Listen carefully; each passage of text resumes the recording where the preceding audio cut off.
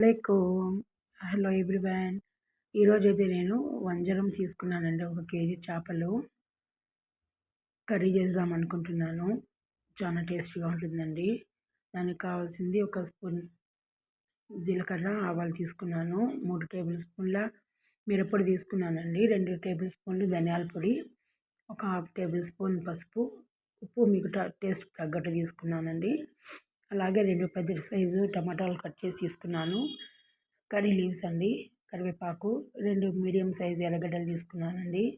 1 పెద్ద సైజు చింతపండుని ఎర్రగడ్డ సైజు చింతపండు నానబెట్టాను. ఈరోజు కుండలో చేస్తున్నానండి. కుండలో చేపల పులుసు బాగుంటుంది కదా. ఆయిల్ అయితే కొంచెం 4 టేబుల్ స్పూన్లు వేసానండి. ఎక్కువ ఉండాలి కదా అది చేపల పులుసుకి. ఆయిల్ బాగా హీట్ అయ్యిందండి. జీలకర్ర, ఆవాలు వేసేస్తున్నాను. కుండలో చేసే టేస్టే వేరుగా ఉంటుందండి. మీడియంలో పెట్టుకోండి, ఎక్కువగా మంట పెట్టద్దండి. మీడియంలో పెట్టుకొని చేయాలండి, కుండ కదా. అందుకు నేను దాంతో కరివేపాకు వేస్తున్నానండి. చెక్క స్పూనే వాడండి, చెక్క గంటిలో పెట్టండి. ఎందుకంటే మట్టిది కదా, స్టీల్ది అయితే కొంచెం బాగుండదని నా అభిప్రాయం అండి. ఎందుకంటే అది మట్టి కదా అండి. ఆనియన్స్ వేసేసుకోవాలండి. ఆనియన్స్ వేసేసుకొని బాగా దూరగా వేయించుకోవాలి.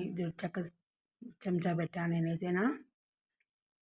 కొంచెం కళ్ళు ఉప్పు వేసుకుంటున్నానండి. ఎర్రగడ్డలు తొందరగా మగ్గుతాయి కదా అందుకని 1 స్పూన్ వరకు వేసుకున్నాను.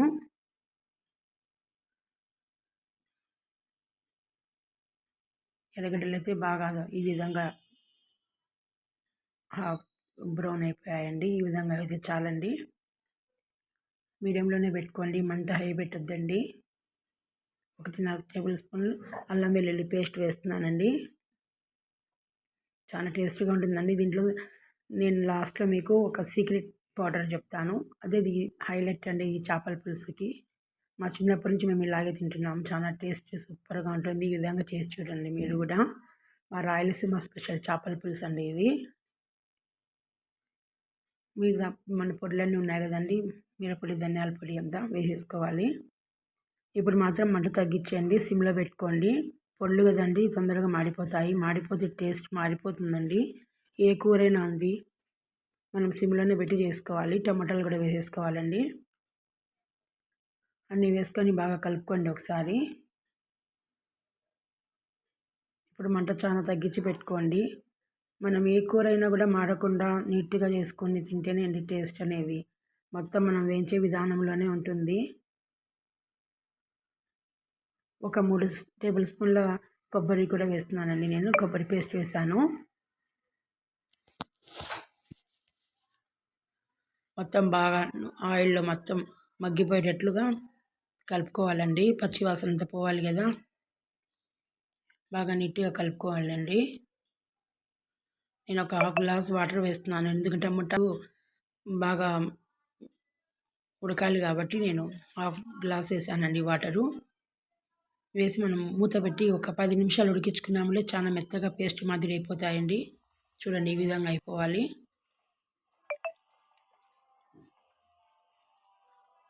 ఆయిల్ అంతా సపరేట్ అయిపోయిందండి బాగా. ఇందులోనే నేను కొత్తిమీర పెట్టుకొని ఆ కొత్తిమీర దీనిలో యాడ్ చేసుకున్నాను. చింతపండు రసం అండి, 1 గ్లాస్ చిక్కటిగా వచ్చింది వేసేదానండి. మొత్తం కలుపుకోవాలండి.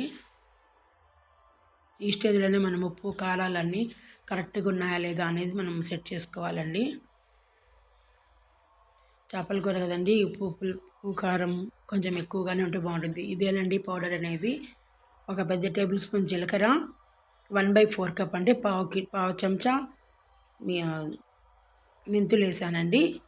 2 స్పూన్ల కరివేపాకు వేసి డ్రై రోస్ట్ చేసుకున్నాను, ఆయిల్ వేయకుండా. దాన్ని పౌడర్ చేసుకొని పెట్టుకోవాలి. దీంట్లో యాడ్ చేసుకోవాలి. లాస్ట్లో యాడ్ చేసుకొని మొత్తం కలుపుకోవాలండి. చింతపండు పులుసు వేసాం కదా, ఇప్పుడు వేసేసుకొని మొత్తం దీన్ని కలుపుకోవాలండి.